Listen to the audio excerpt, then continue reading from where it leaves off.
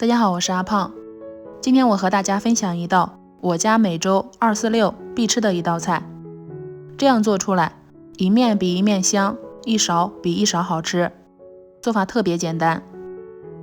先来准备3个鸡蛋，鸡蛋不需要太多，3个就能够做出一大盘，够一家人吃了。把鸡蛋打入到一个深一些的盘中，用盘子比用碗鸡蛋更好熟。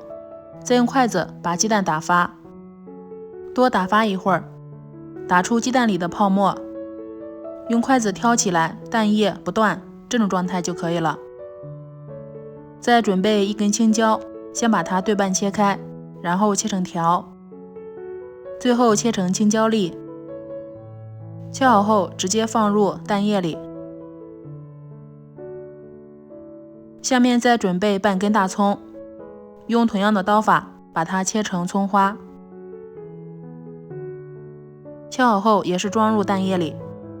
最后再准备1根小米辣，把它切成圈。如果不喜欢吃辣的，小米辣可以不放。如果也不喜欢吃葱，葱也可以不放。全部放入蛋液后，再向里面加入2勺黄豆酱。黄豆酱已经很咸了，就不需要再加盐了。下面用筷子把所有食材充分搅拌均匀，搅匀后，这样蒸出来才会更好吃。现在把它放入蒸锅里，水要提前烧开。放入后盖上盖子，这个时候用中火蒸，蒸10分钟左右，不要用大火，大火会使鸡蛋容易粘碗边，小火又不容易熟。蒸好后先不要开盖，关火焖5分钟。打开看一看，哇，好香啊，真的是太香了。现在对它简单调个味，将里面加入1勺小磨香油，加入后用勺子均匀的涂抹开，像这样就可以了，不用再加其他调料调味，直接这样吃就已经很香了。用来加馒头配米饭，不知不觉太下饭了。上面是鸡蛋、葱花和辣椒的香味，下面是黄豆酱的香味，一面比一面香，一面比一面好吃。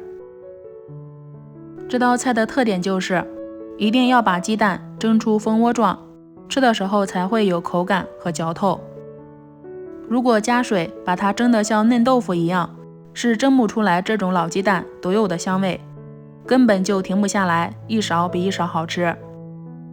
做法还简单，清蒸的，好吃不上火，又营养健康，是我的家人和我都非常喜欢的一道菜。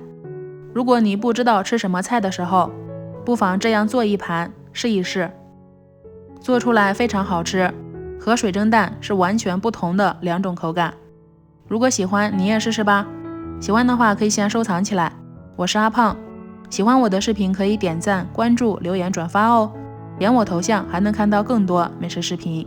我们下期节目再见。